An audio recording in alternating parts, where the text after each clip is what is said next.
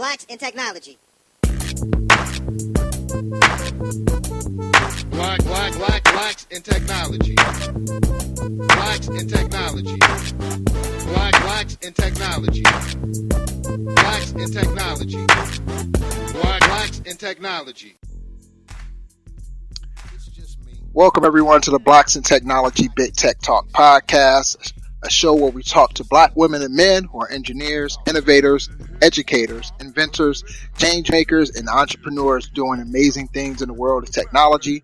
This podcast is where they share their stories, experiences, ideas, knowledge, and perspective on tech with the BIT community. I'm your host, Greg Greenlee, the founder of Blacks In Technology. And it's been quite a while. We haven't done a podcast in, I would say, over 6 months, I believe. We had, in between that time, we had our conference, BitCon 2018, that was kicked off in St. Paul, Minneapolis area. The huge conference. It was amazing, an amazing event, amazing experience. It was our very first conference. And we're looking to do it again in the Twin Cities area for 2019. So be on the lookout for information regarding that. Just check our website, blockstechnology.net.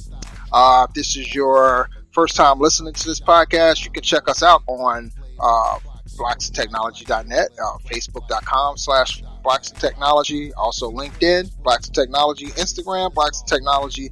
But on Twitter, we are at Black In Technology, BLKINTECHNOLOGY.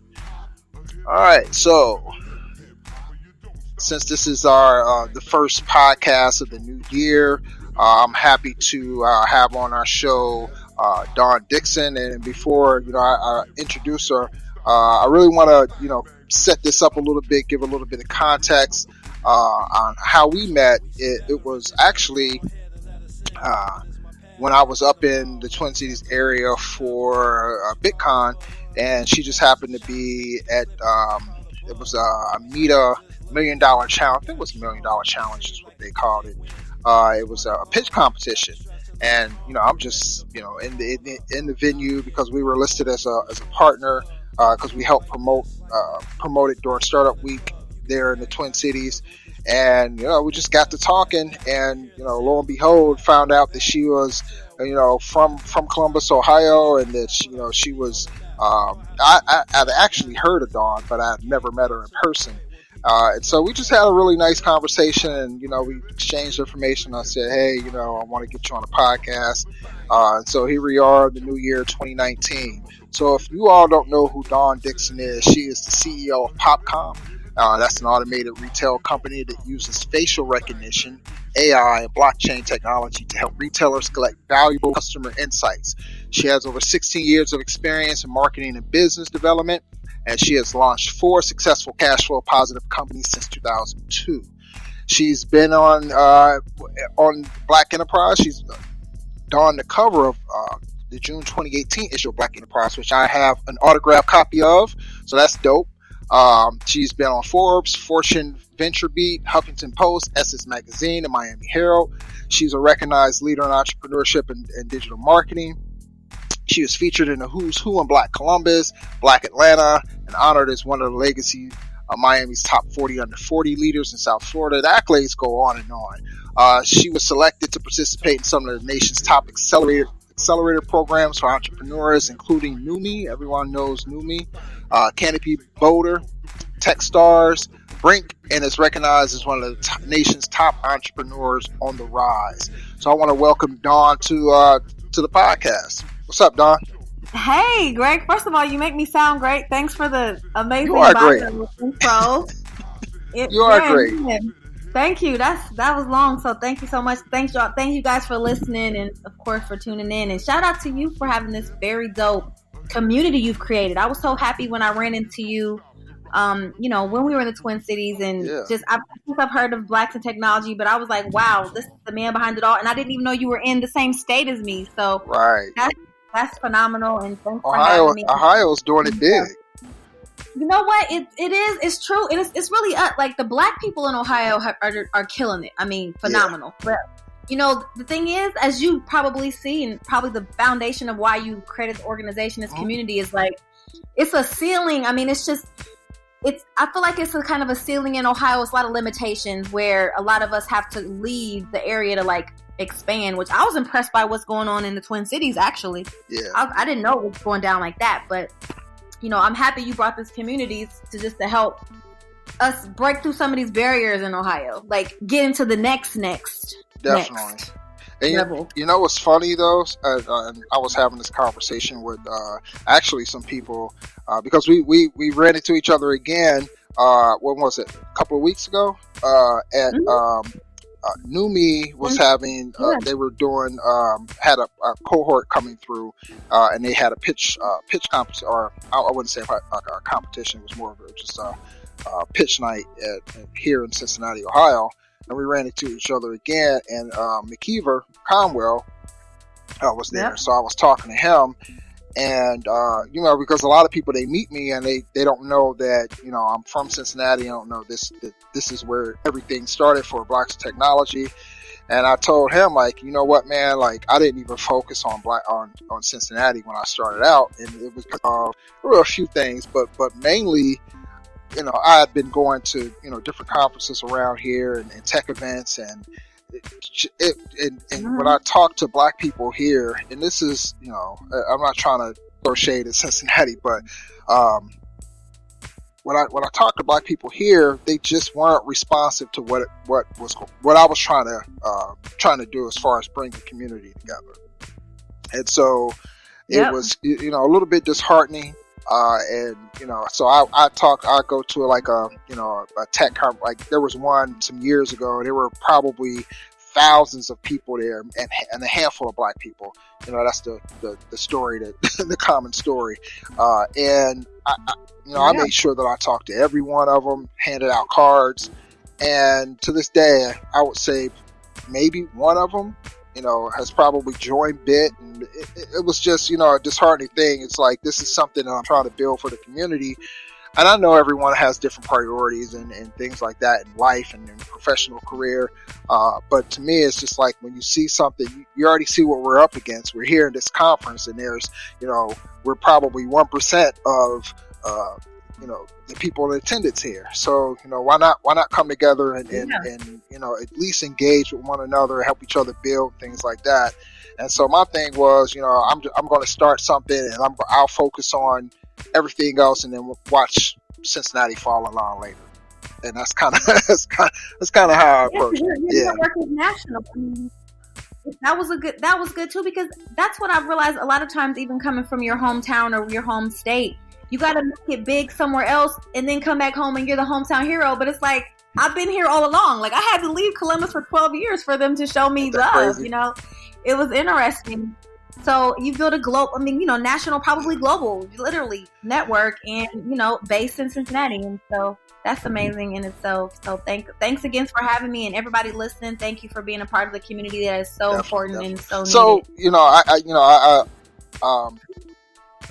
gave you a little intro, but I want to get a little bit more information about you. So, tell us a little bit about yourself. No, I'm gonna say something funny. Listen, you guys heard it. I'm born and raised in Columbus, Ohio. I'm a Buckeye, and after college, I started my first business. So I've been an entrepreneur. Now this is my 18th year. So I did work a corporate job for 8 months after college and realized it wasn't for me. And I went to school. I went to DeVry. So, like, just to make a long story super short, I was in school for journalism, and I wanted to be a sportscaster or MTV VJ. I was so serious too. And when I had my job as an intern, you're in college, your last year of college, you work in your field, of course, to get an internship or to work and get a job when you graduate. And the job they gave me in the newsroom was uploading FTP, uploading to the server the news, downloading it from the reels. This isn't digital. There's not DVDs and stuff and jump drives. It's like downloading this and uploading it onto the first ever watch the news online, but after it was already done. Nobody at the station knew how to do it, but like their IT person. So nobody wanted to do it I mean, nobody was dealing with the internet. It wasn't a thing. Only a few people had emails for work. It wasn't a thing yet. It wasn't, it wasn't a big. This is the 90s. And so they were like, give it to the entry level person to figure out how to work the internet. So I started doing it, and I'm like, wait a minute, this is the future. Like, the news is online, and I'm doing it, and I'm the only one here. I can strengthen my skills to get a job. I'm still thinking about getting a job. I'm like, I can strengthen my job skills and make more money if I have technical skills, so I can go to the newsroom and be like, y'all got to pay me more because I know how to work the internet, and y'all don't. So I went to DeVry, literally technical college. I looked it up. Where can I learn technical skills? Like, this is so basic. This is 2000. Where can I get some technical skills? Okay, DeVry Technical School. Okay, they have a BS in IT program. Okay, I'll do that. It was a 1-year executive program. After, of course, you get your first 4-year degree, go back and get another degree for a year. And I learned everything about computers, and it was in IT. And I was like, oh, snap, this is the way. Like, wait a minute. So I could code back then, HTML, and, this is when Java was early. But this is very early. I was really making little small video games. I know how to take a computer apart, just all the things around IT. But as we all know, IT in 2000, night and day from IT in 2019. So, but that was how I got introduced to it. So when I went and got more corporate job, I actually got interested in technology, and there was Nationwide Insurance was hiring jobs for like a business analyst and people that knew how to work and build on the intranet. And so I took one of those jobs because it paid $45,000. I was 21 years old. And at the newsroom, they were like, oh, we'll give you a job for $20,000. I was like, I want a BMW. So we're about to roll with this tech job. And so, I did it for 8 months, and I realized the power of it and the things that I was doing and being innovative. Because the great thing about having a background in journalism and communication and marketing, that was my first, education, was like, most tech people don't have that. They don't have communication skills. They're not writers. They're not designers or creatives in most cases. So I had that advantage. And so I was like, I'm building intranets over there. And when I started working there, they were doing fax blasts. That's how you send out messages. A fax blast. There was no such thing as an email blast. It didn't exist. So, I'm like, why are you guys not sending out emails or posting it on the intranet page? Make a page. And they're like, what? So I'm doing this for them. It's not going to make me wealthy. So I said, shoot, I can do this. I can do this for myself. And I was 21, 22. And a friend of mine, he was also, teaching himself Flash, and because he was an artist. So he was teaching himself Flash, Fireworks, Dreamweaver, HTML, Java to design.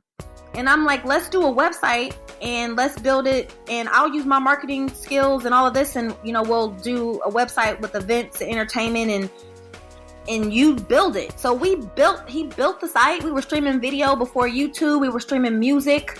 He built a music player from scratch. Right. If we were in Silicon Valley, I would have been a millionaire back then.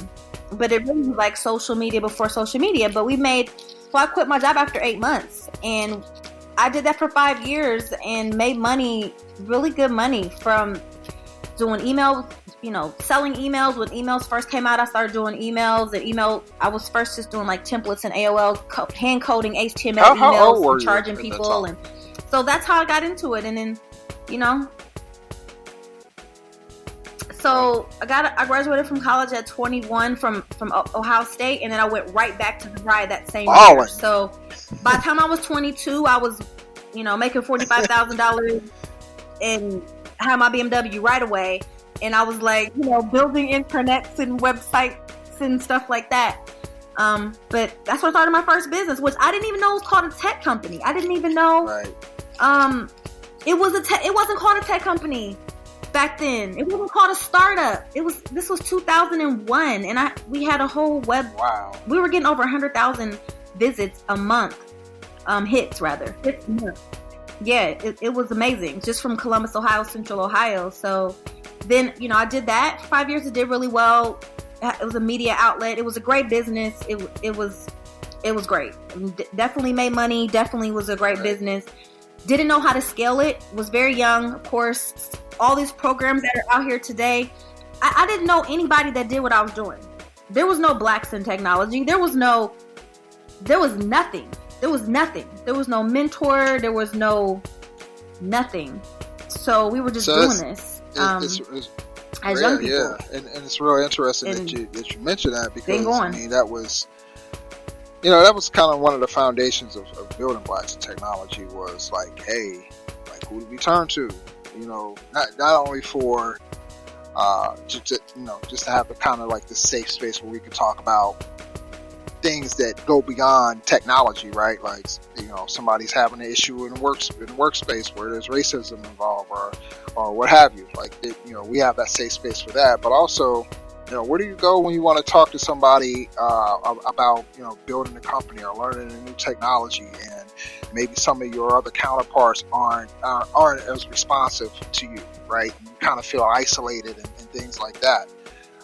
So it spawned from that very thing, and I wish that we were around in 2000. Yeah. Back then, it was real isolation. There was no such thing as social media. There was no such thing as blogs. There was no such thing as podcasts. I didn't know Silicon Valley existed. I never heard of it. I'm building tech. Like, I'm making money, and I never heard of Silicon Valley, because how would I? I mean, this is during the wars of like search engine wars, so the Netscape and the Googles and the Excite and Indeeds and all that was the thing back then. Figuring out a way to catalog this information that's on this World Wide Web, like that was the thing. So it's just ahead of our time, and so it's just amazing to see like the evolution of not only technology, but like Black people and people of color. Even though it's terrible statistics, we hear them over and over and over and over.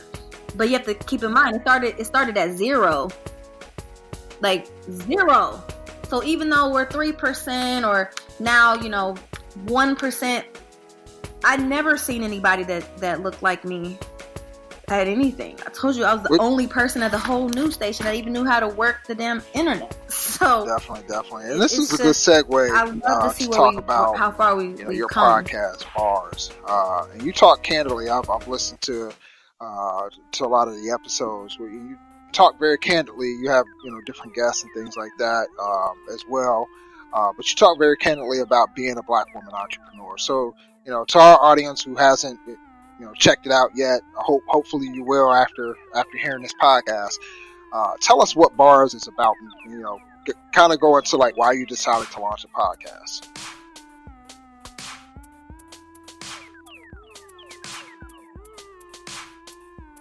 Yeah. Thanks for the shout out. I'm glad you listened to it. So Bars was really inspired by what I call an epic rant. Like one day on IG Live, I just downloaded everything that was on my mind about like the tech industry and women and Black people and just everything that I had experienced. I just downloaded it, and to the point where people just, it got so many. Why? It was like a buzz. It was like a buzz, right? And so I said, you know what? Instead of just like going in on the way things are and talking about how, like, I talked about how a lot of Black people, we talk about these statistics that we don't get any money, we can't raise money, it's hard for us, but then we get to the table and we don't got our shit together. And it's like too many of us can't pitch, too many of us don't know financials, too many of us haven't taken the proper steps to even ask for investment, but have expectation that you should get it, like it's like affirmative action or something. So I worked hard, so I don't think there should be any handouts, period. So instead of me saying this, I said, you know what? I'm going to download everything that I know, things that I had to learn the hard way. That's what I was initially even going to call the podcast until my co-host and my team came up with the name Bars, because it really is a reflection of like we spitting real bars. I'm a hip hop fan. Everybody, it's very hip hop driven. It's like all the music is hip hop.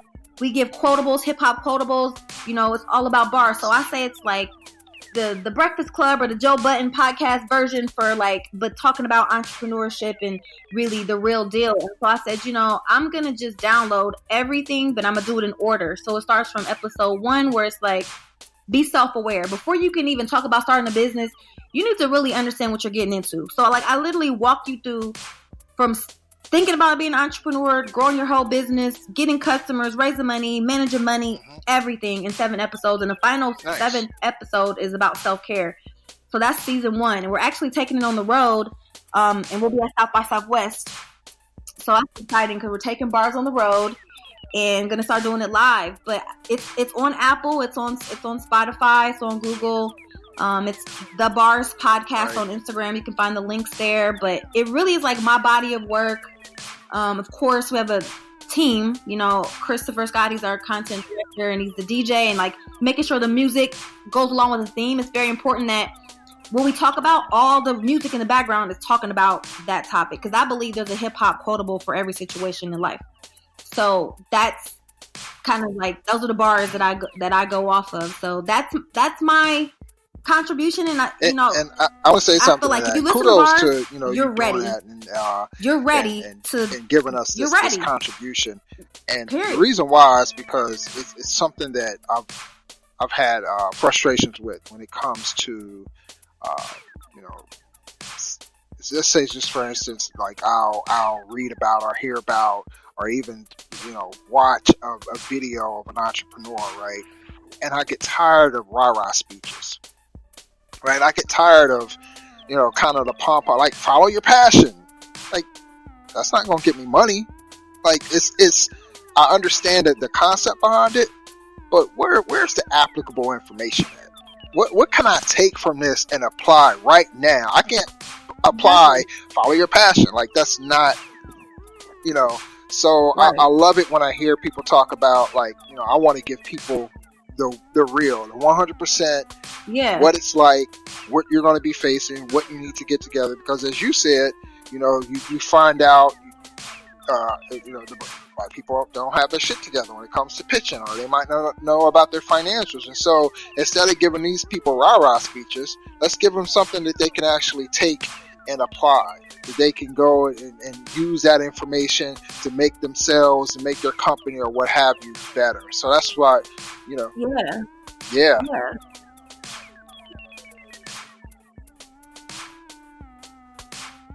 Actionable items. People will send me on Instagram, Greg, it's amazing, and it just makes me feel so fulfilled in life, literally, that I can impact people in that way. They'll send me on Instagram pages of notes that they take from my podcast.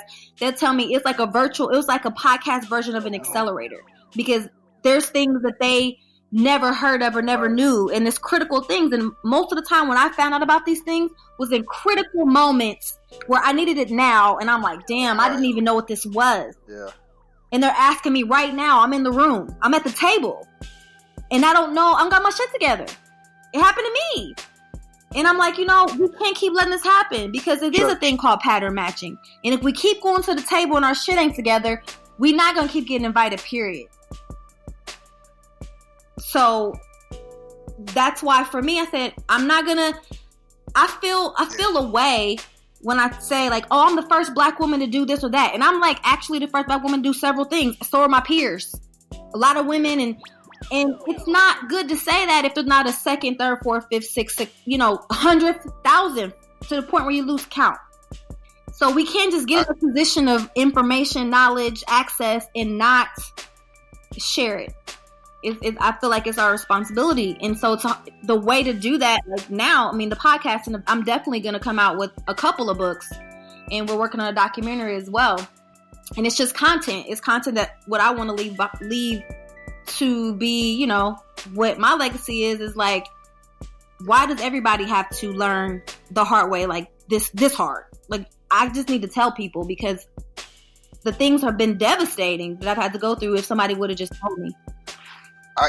I'm 100% with you.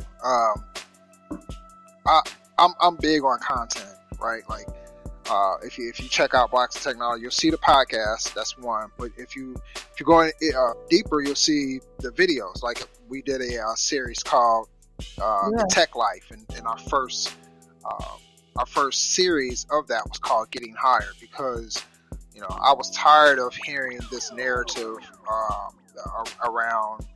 I wouldn't say I was the narrative per se. It was more of the the articles that were coming out, and this was probably a couple years ago, when every article that came out was about how Silicon Valley hates black people. And I'm being a little bit facetious when I say that, but a lot of these articles that were coming out, and they were like that, and I was just like, well, this is a little bit counterproductive. Like, I understand the disparities in Silicon Valley, but how do we expect people to honestly want to get into IT or tech, or as an entrepreneur, as an employee, or what have you, if all we're doing is saying Silicon Valley hates our guts, right? So my thing was, you know what, I've listened to the community for a long time, and I've heard some of the horror stories about getting into an interview and not knowing, not being comfortable or not being prepared and things like that. So how do I take information from people that have already been there, been in that position, and then present it to our community, right? So that's how the Tech Life series got started. The first one was Getting Hired, like I mentioned, where I interviewed some VPs, some software engineers that worked at some of these top tech companies, and just really got in their head about hey, what did it take for you to get hired at, let's say, Amazon or GitHub or what have you. And then using that, taking that content, using that information as a resource for the community. Because now the next person, they know before they even take a look at the video, and you get information from the horse's mouth, so to speak, right? And now you're armed with that information. So I love that you're doing that on the entrepreneurial side with bars. So yeah, definitely, I'm hyped for season 2. Yeah, thanks. And definitely got to interview you, because I'm going to now this time have people on. The first season was like downloading the roadmap. And now if you stick around for season 2, we're really going to have some great conversations with people, all in all areas. And I think it's really important, your perspective, because everything I do is mainly startup focused, but there are so many people that are actually in tech as a career. And that's absolutely, first of all, we need them to help run our company and build our dreams with us. And then these bigger companies, we need them in there with the diversity to keep them accountable. So everybody doesn't need to be a CEO or do a startup. We need black people. We need people of color. We need women. We need everybody on all levels to really keep this balance. So I want to speak to those people more. And I know you have a really great perspective about that. So I'll definitely hit you up to be on there with me. No doubt. Just whenever you're ready, just let me know. But I want to speak to something real quick. When it comes to being an entrepreneur and being in tech in general, right? Like, because sometimes I hear entrepreneurs, they kind of speak ill towards people who are working, right? Which I don't like. I don't think there's any reason to kind of condescend people who choose to have a job as opposed to going out on their own and building a tech company. But the thing that I found when listening to other podcasts, for instance, is that a lot of these entrepreneurs that you see building like enterprise level type of stuff, for instance, right? They come from companies, being employees at companies, and understanding and seeing the problems that these other companies have, and which allows them to branch off, right, and build their own thing that solves that problem. That's what I found. Yes, definitely. And most of them are still employees too, because they don't own their businesses anymore. They're employees of their company, and they're the CEO, and that's the job. Right. You're no longer the majority shareholder. You're not the owner. You're the founder. You have a job. So most of them have jobs like everybody else. Right. So I want to talk to you about CEO of PopCom. So let's talk a little bit about what PopCom is, what problem does it solve, and give us a glimpse into how did you come to realize that this problem even existed. Yes, definitely. So as you said in the beginning, PopCom is an automated retail technology company. In the very basic language, we make vending machines and digital kiosks smarter. We build technology, we build software, hardware for automated retail, which in an everyday example of automated retail is you checking out your groceries self-checkout, tagging your bag at the kiosk and getting your boarding pass, going and buying some headphones in the airport from the Best Buy, buying makeup from the Benefit machine, and even as buying a soda, buying a snack, even though we don't work on those type of with those type of machines, we focus more on just general retail and ordering kiosks. But those are all automated retail in a very, very antiquated, dated, old industry. But there's millions of them everywhere, taking up real estate and not leveraging technology in any way, and not collecting any type of data, and really not even on the same level of technology as a brick and mortar or e-commerce. So it came from me getting into this business from my company Flat Out of Heels that I started in 2011, which are rollable ballet flats for women. So shoes that you can put in your purse, roll them up, fold them. They're machine washable, but they're for when your feet hurt when you're wearing heels. Got this idea living in Miami, going to clubs, seeing women walking barefoot. And my idea was, let me sell some flats to these women in vending machines at the club, because then they won't have to walk barefoot. They leave the club, they can get some flats, throw their shoes in the bag. So people loved it, and it really did take off as a concept. It was a very new thing in 2011. Wasn't really any competitors in the space at all. But the vending space, it wasn't being done. So, but I thought it was a great idea because it's an on-demand product. That's when you need it most, when your feet hurt. So that's when I set out to really find a vending machine that I could sell my shoes in. And that's when I realized that they didn't exist. What I had in my mind as far as functionality, footprint, meaning the size of the machine, capabilities, credit card processing, at the basic level, credit card processing, it didn't exist in 2011, 2012. So I said, I'm going to build my own.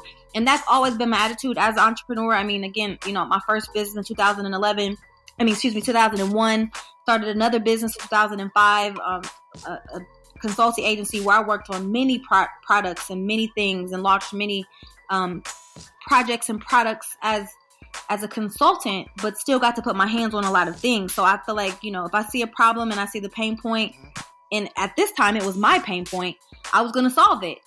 Easier said than done. Of course, entrepreneurs are crazy. That's why I always say you got to be a little crazy to just jump out there and just say, I'm going to build a vending machine then. Like, it's just some regular stuff to do.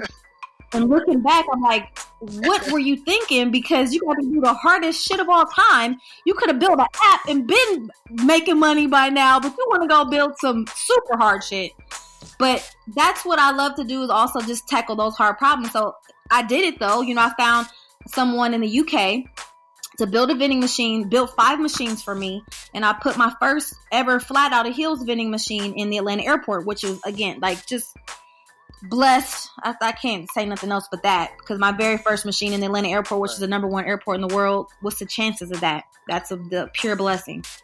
But that's doing that and bringing that hardware out, and then being an operator. So then I became a vending machine operator. So like, I'm have an e-commerce store. I'm selling shoes. I'm wholesaling. I'm getting shoes manufactured in China. I'm designing shoes. And now I'm operating vending machines in international airports and nightclubs, and learning so much about just retail in general, because I'm working on all sides of it. And that's when I got really, really comfortable and really spoiled by the level of analytics and data that I got from my website, from Shopify, Google Analytics, AdRoll, many, many tools in the e-commerce environment, this CRM, retargeting, remarketing, everything. And I'm selling shoes in airports and nightclubs, and I can't even send an email. I can't even send a receipt. I mean, it's just so basic. And there was another problem that I needed to solve. So now the hardware problem was solved. Now we need data. I want to send an email. I need an operating system. I want a touchscreen. I mean, this is before touchscreens existed on vending machines, and there was no kiosks back then. I mean, I feel like old saying stuff like this, but it's really the speed of technology. The speed of innovation is so fast. It's so much faster than ever been before. So, again, I'm like, okay, I got these machines built, and the whole damn industry is changing again. And now I need touchscreens, and now I need, to be able to be connected. Again, the internet connected, IoT, this is new. So I said, all right, well, it doesn't exist. I've traveled all over the country. I went to Asia. It doesn't exist. I have to build it. And so I set out to build a software platform. And started a software company and hardware company just from solving problems. Yeah. And that's how I came to PopCom, when I realized so many other people have this problem. So many other retailers, operators, they want to sell products and vending. The vending machines, they don't have data, and the hardware is just all looks like a rectangle with glass in the front, and it's not sexy. So here I am. Here's PopCom. Wow. Very, very interesting journey. So tell me this: how did you go about getting your machine into the Atlanta International Airport? How did that process? It's crazy. Again, it's a blessing because, first of all, I do want to say I have an amazing network. It feels like my whole life, God has put the great people in my life, and have very long relationships, and the people that I've known for years, and my network and the people that are around me come into positions of extreme influence, and they have helped me. And a lot of people have contributed to where I am today. Lots. And so in this particular instance, I'm talking about my idea. I'm an entrepreneur just starting out with some shoes idea, talking to a woman that I know. And she said, do you want to be in the Atlanta airport? My friend, Bill Swift, runs concessions he has the contract for all the concessions. Wow. OG had it for days, back Maynard Jackson days. OG. Runs concessions, which includes vending machines.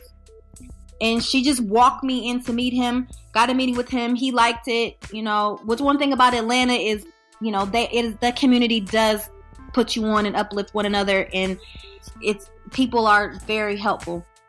And so he was like, yeah, I love what you're doing. So it's a process. So he said yes, as a concessionaire. He said, I'll bring you in as a sub-concessionaire with a 10-year contract. Wow. Those are hard to get. It's the airport company. I'll bring you in as a sub-concessionaire, but it got to get approved by the airport, which is a state or city. It's government owned, regulated. Everything has to go through a process. But they walked me through the process.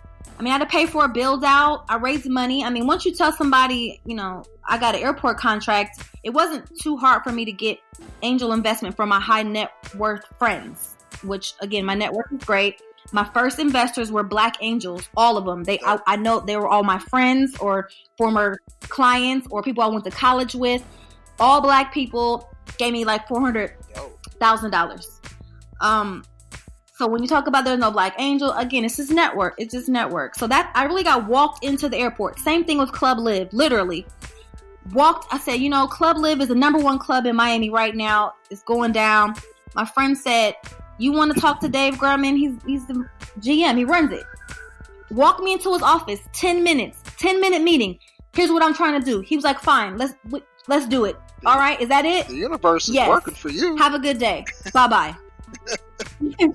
It always does. It always does. And that's karma. That's what you call following the golden rule. And so the seeds that were sown in middle school, high school, college, early career, like people came back and helped me from 20 years. It's not like, it's amazing. It really is. But again, that's why I'm so compelled to give back with things like bars and just giving as much of my time and information as I can. Because I've been extremely, extremely fortunate and blessed in this whole process. Then, of course, very difficult times. Lots of broke times. Lots of super, super broke times. Things didn't go right. Things broke. Yeah. People stole money. Lots of things. But that's a part of it. But overall, we're going to get, because I want to know some of these failures. There's a lot of people, that they hear, stories of entrepreneurs and they only hear like the successes. So I want to get back to that in a second. But tell us a little bit about, because you were telling us about how you have the actual hardware built over in the UK. What did that first MVP of your hardware look like? The first MVP actually was built in Spain. I found them on Alibaba. So Alibaba was a very new platform when I started working on it. Very new, like a listserv, like basic. Right. And so I found my shoe manufacturer on there, which I still work with today. So we've been doing business together 8 years. Great relationship with the factory in China. Then I'm scouring the internet because I can't find anybody in the United States, in the entire United States, that would build like a small run of custom vending machines for me. It wasn't a thing. It's 2011. And so I found on Alibaba, guy in Spain, he was refurbishing cigarette vending machines into other things. I said, okay, I can put my shoes in a box that's pretty compact and I can dispense it out of a cigarette vending machine. So I don't know nothing yet. I'm learning. I don't know nothing yet. Yeah. So I send this man $15,000 basically to build me. Maybe it's like 12, but once you factor in shipping, Right. to refurbish these machines. I sent him some boxes, make him fit these boxes.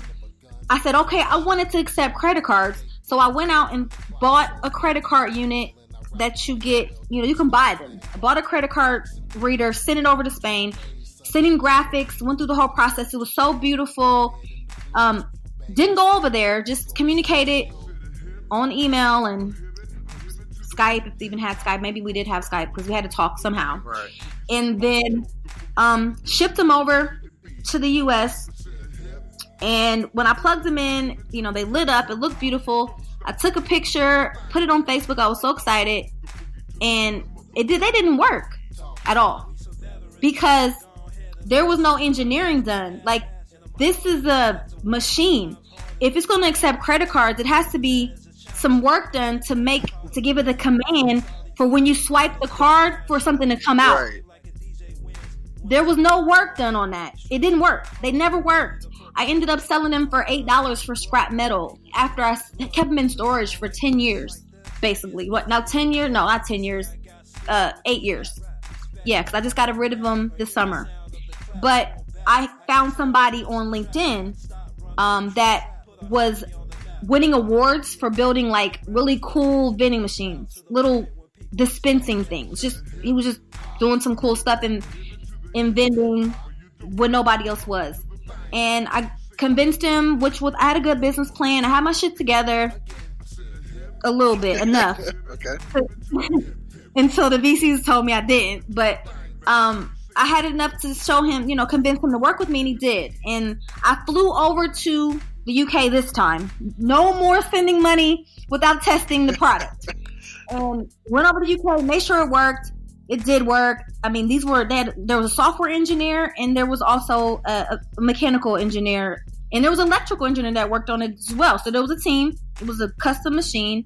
And those are the ones that I brought to market. But again, they were dated very fast because they didn't have touchscreens because that technology wasn't introduced yet. So, but they worked. Wow.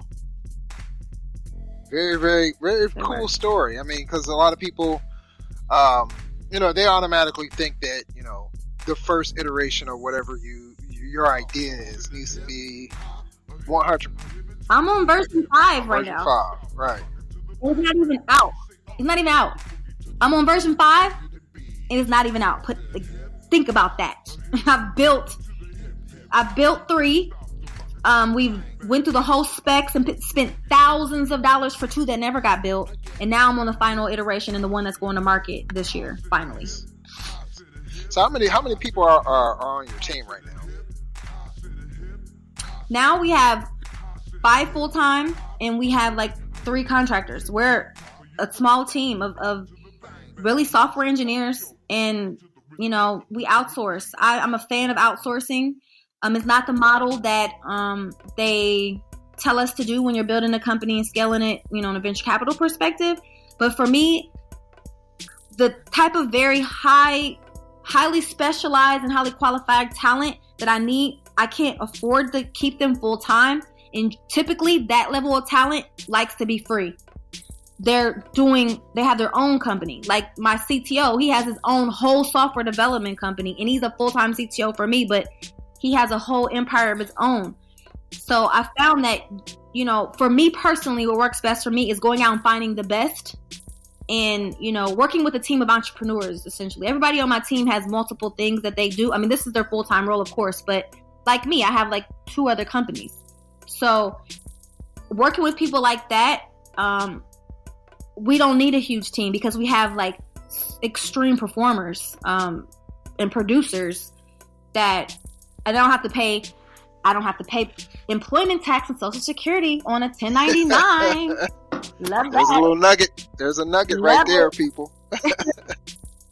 that, when you first pay payroll and get hit with them taxes, you got to pay taxes to pay people. I was like, wait a minute, what? I got to pay people? No, y'all 1099. Nah. So how'd you go about finding? Because I come across a lot of people that are like, I need a technical CTO, or I need a software developer. How do you? Because I have people hit me up all the time on email because of Blacks in Technology, and I, a lot of times I just say, hey, come to the community and kind of, you have this. I'm not into the business of sourcing talent, right? So I'll say, hey, come to our community and find some people there. I'm pretty sure, if you present the right opportunity to someone, somebody might jump at it. But how do you go about, how did you go about finding your CTO and the other people that are on your team? Yeah, and I wish it worked as easy as you said. People just jump on it. I really do. It's a process. It's like finding your roommate or your significant other, especially when it's the core team. The core team is different. You're close. Your CTO, your CFO, your CMO, your executive team. These are close people to you. As you grow and have a bigger company, of course, it's a different process. You can hire for the skill set, and it's a lot easier. And people can come and go, and there is turnover in that. But your core team, people that are going to build your dream with you, you have to be really aligned on the same page, and it takes time. So my CTO, I met him a year before I was able to work with him through a program that I was in. I'm a big fan and advocate of getting involved with entrepreneur development programs, incubators, accelerators, just for the network that you can get in attending events and conferences like a startup weekend and things like that. Just going in a startup week and just all of those things where you could just get visibility. And of course, being a part of groups like Blacks in Technology, because you have to build real human relationships with people. You can't just be like, oh, your resume. It's not about your resume. It ain't about your skills. It's like, can you work together? Can you really go through the fire with this person? Shit is going to be very, very hard. Can you guys manage this together? Because it's going to be rough. Like, you might run out of money, which we have. Are you going to still be riding? Are you going to still be there? So it's like, are you really down for this? And when I first met him, it was through a program that I was a part of. And I couldn't afford him. Like, I was looking for somebody to build my MVP. So I interviewed several firms. He was my favorite, but I couldn't afford him. I just couldn't. So I stayed in touch with him, and I liked him as a person. I kept him updated on what I had going on. I send quarterly updates to my network, and I send monthly updates to my mentors and my investors. So I keep people updated on what I'm doing, so they always know. Like, I'm not out the blue where I'm popping up like out of nowhere. They know what I'm doing. And so when I raised money, after I went through Techstars and I did, we closed our round, I said, I want to go and work with him because I really been building a relationship with him over time, and he is the one to do this. He knows what to do. And his team that he's assembled, he came with a team of phenomenal people. And that's the thing. I didn't have to go out and hire everybody one by one. He came with a group of people that I really love working with. And this is my team. And it doesn't matter how much money I raise or these are the people that I want to work with. And, when I went through Techstars, they were telling me, no, you need to hire your own full-time in-house CTO. You need a technical co-founder. And they pressure me. And investors pressure me. And I did, even try to get a co-founder for a minute. I'm a single founder for years, but they pressured me to get a co-founder. And I went and got somebody that didn't fit or work at all, just to have somebody basically to put on my deck to make them stop hounding me, which caused me issues later because I had to fire him and go through all kinds of BS. But, the thing is, I just realized, don't conform. Trust yourself. You know what works best for you. So now it's like, I don't care how much money I raise. This is my team. And it takes a while to meet these people. And nobody that I work with was like overnight and just popped into place. It all took time. And especially when you don't have a lot of money, because the crazy thing is, it's good and bad, right? Because your startup, you announce a big round, everybody know you have money. You say, oh, such and such raised $1 million, $2 million, $10 million, $20 million. They know you got money. And so they want to work with you because they know you can pay these salaries, and they come in and want 60, 70, 80, 100, 120. These salaries are getting in Silicon Valley, and they know you can pay it, and then your VCs tell you to budget for it. They tell you to budget for these really, really high salaries. But then it's like, what's going to happen when you're in between rounds and you run out? Those people will dip because they're about money. When it's not about money, you see who's really down for you. And so I had a bigger team.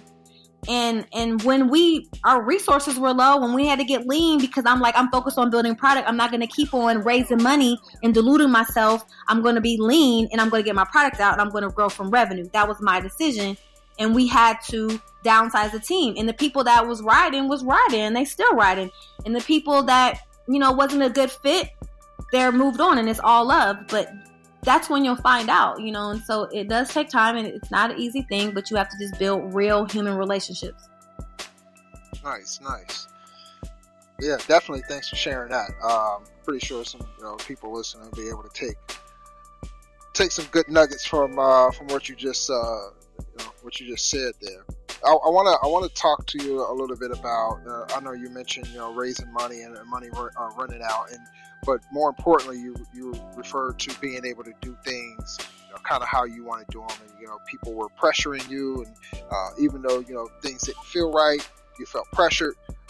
And so I like what you're doing when it comes to this initial coin offering, and this is different. This is different from raising money the traditional way for your startup. So tell us a little bit about this process. What is an initial coin offering? What's referred to as an ICO, and how did you decide, or why did you decide on this course of action as opposed to like the traditional VC route? Yeah, so I'm gonna keep it really short because it's long, and I talk about it in so much depth on my Medium blog. It's called my ICO STO journey. So like Greg said, initially we were doing initial coin offering, an ICO, which is a way of raising money using cryptocurrency or creating a token as a security.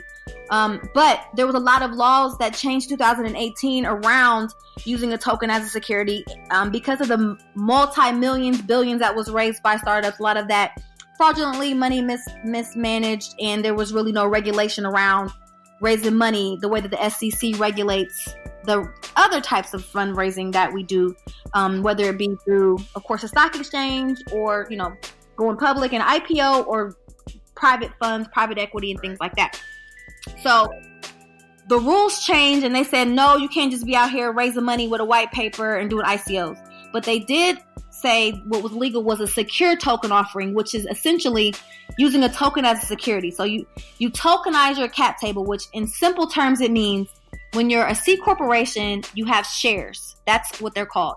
When you're LLC, you have membership units that represent ownership. You can take those shares of the C corporation and you can turn them into tokens. This is another word. It's just another instrument. They'll go into a wallet, into a token wallet that you hold and you keep instead of on a piece of paper and on a cap table that's managed by a lawyer.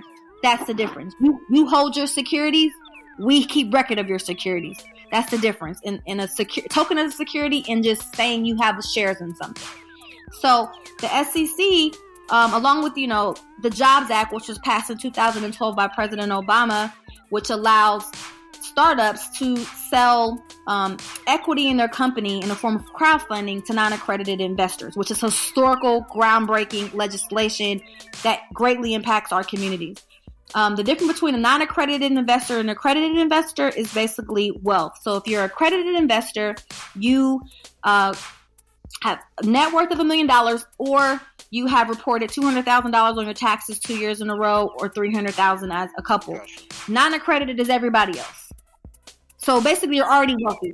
And the only people that have historically been able to get in on early stage, privately traded, privately held companies like the early stage tech companies, like the Ubers, like the Twitters, all these companies that people are rich by the time the IPO hits. By the time the shit's on the stock market, they're rich already. The only way to get in on those deals is to already be rich, to be wealthy already, because you have to be accredited. When this law was passed to allow you to raise equity from non-accredited, that means now your friends, your family, anybody can get in on an early deal legally, through regulation CF, which stands for crowdfunding, a part of the Jobs Act. And so I decided that I was going to do that. And so I tokenized my cap table. And the reason I did that is because if I'm taking money from non-accredited investors, meaning people like me and you, People like my family members and friends who might have 500, 1,000, 2,000, 500, whatever they have to invest, and they may not be able to hold that investment for the standard 10 years. Everybody thinks you're going to get in an investment and flip. No, it's not. It's not a flip. Sometimes companies do exit in 3 to 5 years. That's rare. In general, when you're making an investment, especially like VCs, the fund life cycle is 10 years. So when you make an investment in a startup company, then you're expecting to hold that for 10 years. Exactly. These are accredited, wealthy people. They can let some racks sit for 10 years. Non-accredited people, the people that I'm asking to give me money, they might not be able to do that. So the reason why I decided to tokenize my cap table and do a secure token offering is that it's only a 12-month holding period for those shares. So once we issue the tokens and it goes into their personal wallet, so they actually have possession of shares that are shares or tokens, when we put our company on an exchange and start to trade, list it like a privately held, so like it's like the New York Stock Exchange, NASDAQ, but it's a crypto exchange for tokens. They can trade those tokens and they can get liquidity legally. So, for example, in the past, it took me 7 months to go from a $4 million to $8 million valuation. So my investors' shares, they're worth double. So as the company grows, of course, the tokens grow because they represent a share. And so you can cash out when you want to. And that was important for me to be able to introduce this as a way to invest, to get liquidity, to raise money from your community. There are limitations. The total amount you can raise a year is $1,070,000, but that's a lot of money to get your startup going, $1 million. And not as high as lawyer bills. I spent $70,000 in lawyer bills to raise my other round. So, it's just a new way. It's very, very new. I'm doing it now. I'm on Start Engine. You can check it out, startengine.com/PopCom, or just go to my website, popcom.shop. It's there. But, and a lot of education has to be done to teach people about this. And that's what I've been really doing, not only of course, I want people to invest in me, but I want people to invest in something. I want people to see that you can raise money from your people, your communities now. And now we can get into early stage tech deals. Now we can create some real wealth in our communities by profiting off these companies, because you mentioned earlier about all these amazing peers, of ours that are raised millions and have companies that are going to be up in the unicorns. We have some peers that definitely will be some Black founders in the unicorn status. And those people on their cap table don't, a lot of times they're not their family members or friends, and they don't really look like them. The community get a chance to invest in them because they're left out of these deals because they weren't accredited. So now, we can have our people eat off these tech founders like myself that's busting my butt out here to grow a business. And now my friends have invested, and I'm looking forward to, writing a check to my friends when I exit. One of my friends told me she sold her company, and she said the hardest thing for her to do was write checks to people who didn't do anything to help her. Like VCs that got in, and they got a bag, huge bag, and they didn't help her.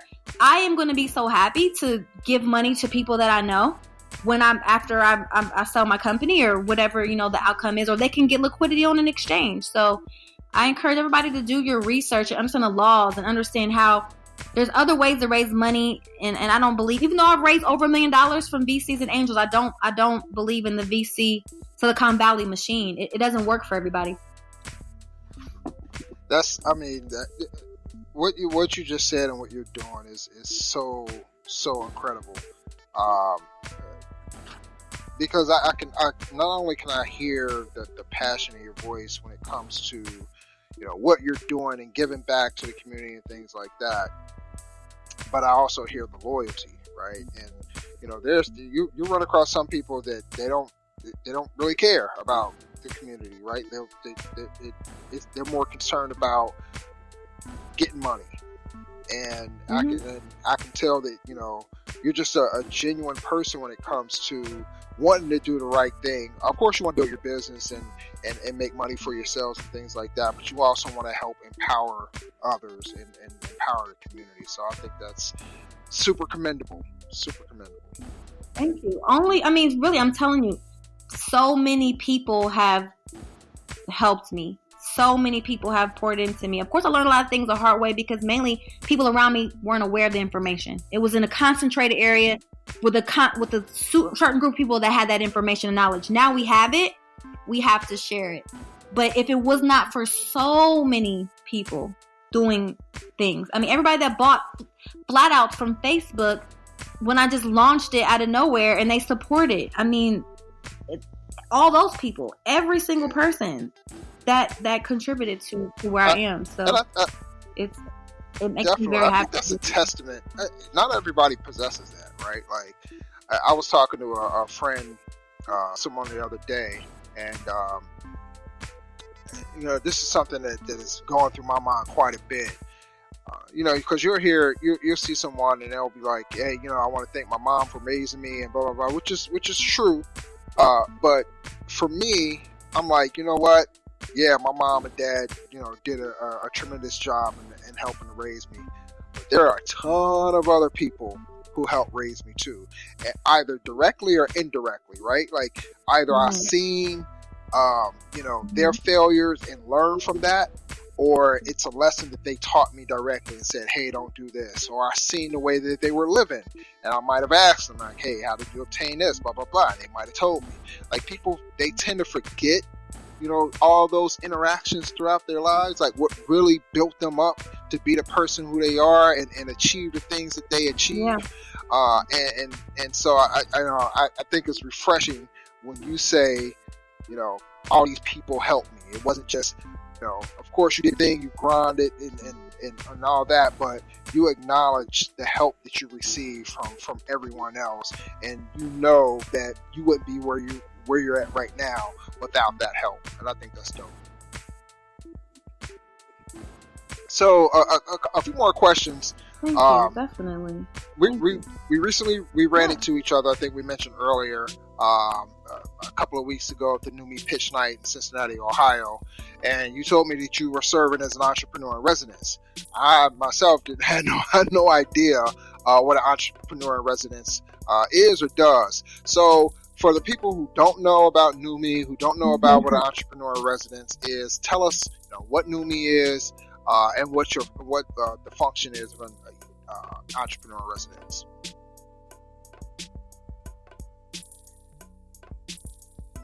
Yeah, thanks. Yes, and I'm glad you stopped by to check out those teams because they came a long way, and I'm really excited to be a part of like that type of growth. To see how people can grow in 5 days is amazing. So the backpedal a little bit. Entrepreneur in residence is essentially you come in, they know you're an entrepreneur. You bring, if you're doing it in a corporate sense, because most corporations have an entrepreneur in residence. It's just like a position they have. You bring innovation ideas. You think like an entrepreneur. You think like we think different. We're different types of people. Kind of crazy, very innovative, take risks, see outside the box. You need that a lot of times in a corporate environment. It's necessary. And then in an accelerator environment, like New Me, it's an accelerator. I went through New Me when it was ran by Angela Benton, who sold it to Lighthouse. That is the parent company that's based in Cincinnati. Shout out to Angela. She was a mentor to me. I love her very deeply. She's a pioneer. And we wouldn't be here without Angela, like, period. Black people, like, she's that important in the movement for Black people, period. So she started New Me, and I went through the program. She taught me how to do a financial model. I was one of those people that was like, I'm not a numbers person. If you're going to have a business, be a CEO, your ass better be a numbers person immediately. And so she really helped me get my shit together. She's like, no, Dawn, no, you figure it out. And so did Brian Burkeen. I spent probably 3 days trying to build my first financial model in Excel. It was so confusing. I had to learn formulas and everything, but they got me together. And so knowing that impact that they had for me, it made me want to give back in that way. But it's like, how can I really do it? And so when New Me approached me and said, listen, can you teach, be an entrepreneur in residence, but essentially come and facilitate for a week at a time in the accelerator, I can hands-on teach people what I talk about in bars and actually teach people the curriculum that Angela set up that taught me and helped me be where I am today. So I'm actually like literally going back and teaching what I was taught and adding, the things that I've learned. And that's my real passion. And that's really what I want to do after, when I do exit, is continue to just help people, be an educator and but teach classes in that way. And so New Me, the website is newme.in. And I'm actually doing a class in Miami, March 4th through 8th, and I'm doing another class in Los Angeles and back in Miami. But it's a 5-day program. Housing and food is included, and then the whole course is very affordable, and it's worth every penny, because when I tell you those companies came in on Monday, and by the time they left Friday, they were ready. I mean, I was so blown away by just how, when they got the right information, how they responded to it. Most of the time, our shit ain't together because we don't know what we don't know. And that's the bottom line. And somebody comes in and is like, this is all you need to know, and like work with you. I can't wait to see the future of Blacks in Tech, and I'm happy to be a part of it. So if anybody really wants some hands-on, and it's very selective, because it's not for if you have an idea. It's for if you like really are working on your business, you need to get to the next level, you need to get it tight, you need to be ready to scale, to get money, whatever. Come work hands-on, go very intense with myself, with Makiva, with Brian, with Candace, and other entrepreneurs that come in and work hands-on, depending on what city it is. So if you're ready to really get to the next level, you got to invest in yourself. And the great thing I love about New Me too is the feeder to Hillman. Basically, people, they go pay for the program, which is very affordable. They get you together, and then Hillman, which is the accelerator that actually invests, and Lighthouse, which actually invests. You're in front of investors now, and they actually made an investment in a company from the last cohort just 2 weeks ago. So it's a great way to get yourself in position. It's a great way to get yourself in position and make sure that you are tight. And I mean, I will say Brian and I are some of the best, and we're not perfect, but we're some of the best for sure. And Brian's had a lot of things going on in the public with his company, and it's an amazing example of things to do right and things not to do. And that's what we're here to do, is be an example, and hopefully everybody learns from what we did right and what we did wrong. That's super dope. And shout out to, and you mentioned Candace, but that's Candace Burkeen. Candace Burkeen, that's right. The Mrs. Burkeen. Yeah. So, and shout out to Candace, because I met Candace, I would say a few years ago, here in Cincinnati. And she was actually, because she's an entrepreneur herself, and she had founded a company called Hello Parent. I can't remember if she reached out to me, if I reached out to her, I can't remember. But and then she started a group called Black Founders here in Cincinnati. Yep. And we would kind of we would hang out. They would put on organize social events and things like that, and meetings and everything. And that kind of dissolved a little bit. And I kind of found myself not being as involved in that. And then it kind of struck up again, right? And then there was a thing called, what was that? Future History Now, that happened a couple of years ago, downtown Cincinnati. So cool. And and I was a part of a panel on that, and then things kind of got quiet again, and I think that was Candace kind of doing her thing in the background. The next thing you know, she pops up with Hillman, and so I'm like, oh, that's super dope. Yep. And then she was doing that, and next thing you know, and this is funny. It's a funny story, because I reached out to Candace on Facebook, and I was just like, hey, congratulations, because I had seen that she had gotten married. Right, and so I'm like, "Hey, congratulations!" And I think she was I think she thought that I was talking about the deal that had transpired between Angela and herself, and then that's right, and then like I had seen that post, and I was like, "Oh shit! Like that's dope! Like I didn't know that had happened.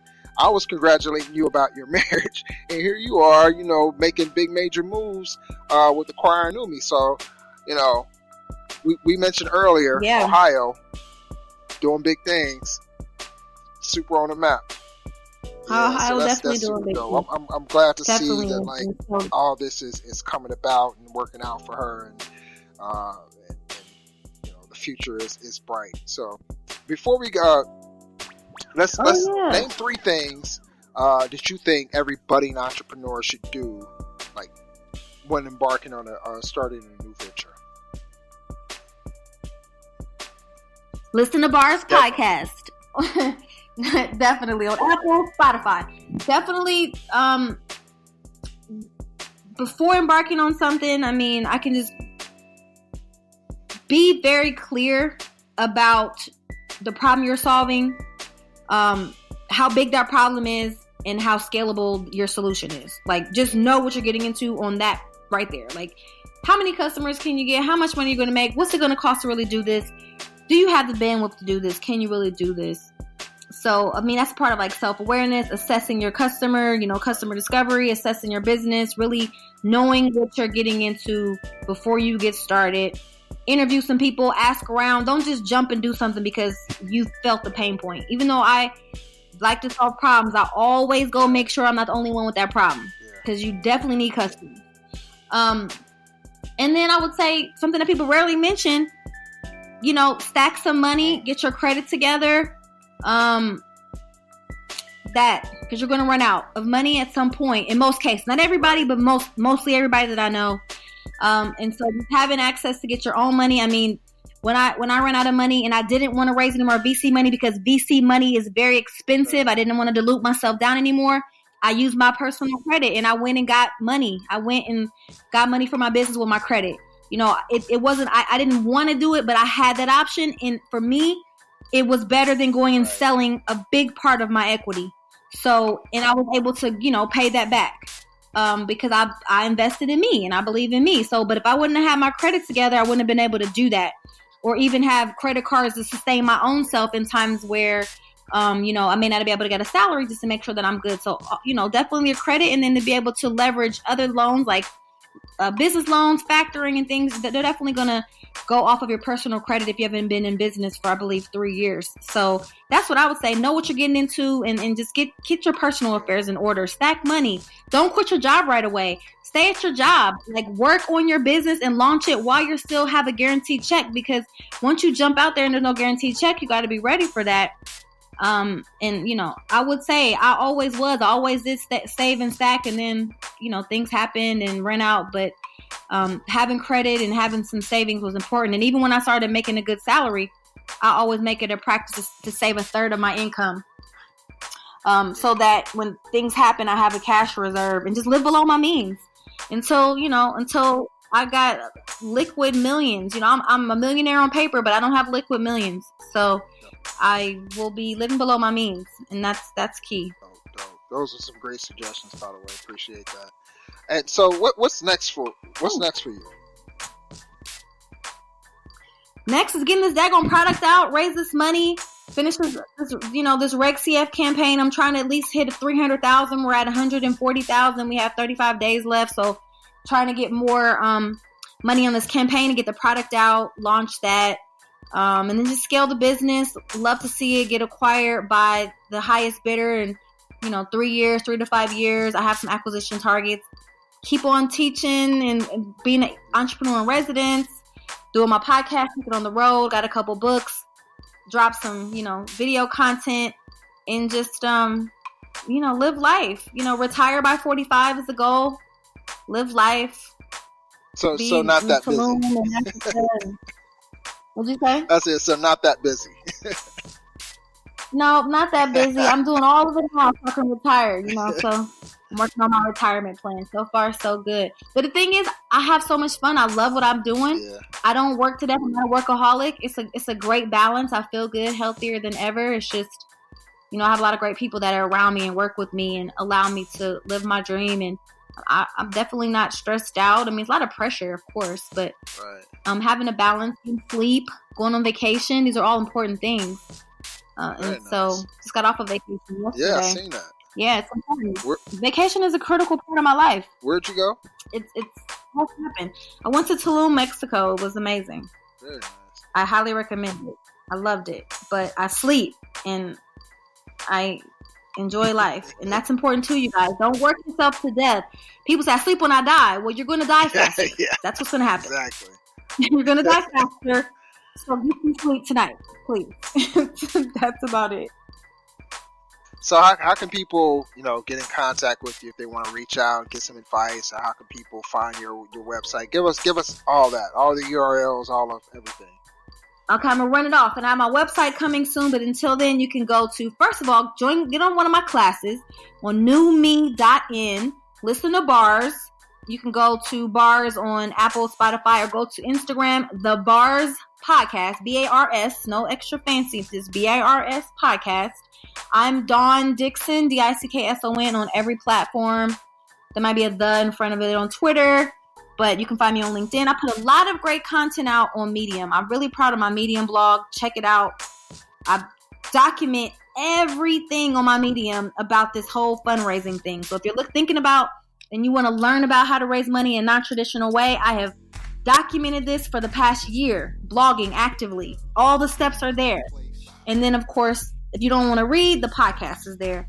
But that's where you can find me. I'm all over social media, and I'm everywhere, and I'm always traveling. So if you listen to bars and you want to get some one-on-one consulting, I do that, but I require everybody listen to bars first, because I need you to come to me with some real questions and not basic stuff like how can I get my company set up?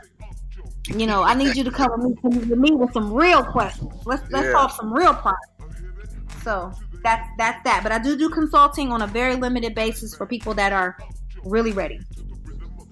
Excellent. But Dawn, I want to thank you for coming on the podcast and dropping gems, dropping bars for our audience, for our listeners. And we wish you much success in the future. And I'll definitely be hitting you up because BitCon 2019 is just around the corner. And this year, I want you to speak there. So I would love to. Yeah, that'll be dope. So, once again, Dawn Dickson, CEO of PopCom, entrepreneur, soon to be author, inventor, innovator. Thank you, Dawn. I appreciate it. Thanks for having me. All right, take care. Peace. Blacks in Technology. Blacks in Technology. Blacks in Technology. Blacks in Technology. Blacks in Technology. Blacks in Technology.